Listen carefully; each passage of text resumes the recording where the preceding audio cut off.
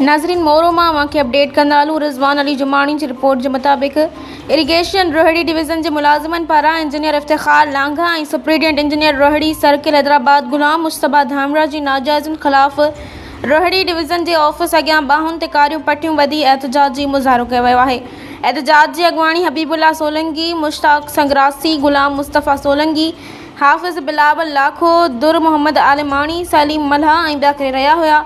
मुलाज़िमन जो चवणु हो त इंजीनियर इफ्तिखार लांघा जबरी तौर ते मुलाज़िमन खे बदिली करे ॾोराहनि इलाक़नि ॾांहुं मोकिली रहियो आहे, जॾहिं त अरबे ख़रबे रुपयनि जी करप्शन करण बावजूदि इंजीनियर तरफ़ां मुलाज़िमनि सां नाजाइज़ियूं कयूं पियूं वञनि। बंदनि जी मरम्मत, शाख़ुनि जी नए सिर तामीर लाइ आयल बजट पिणु हड़प कई वई आहे।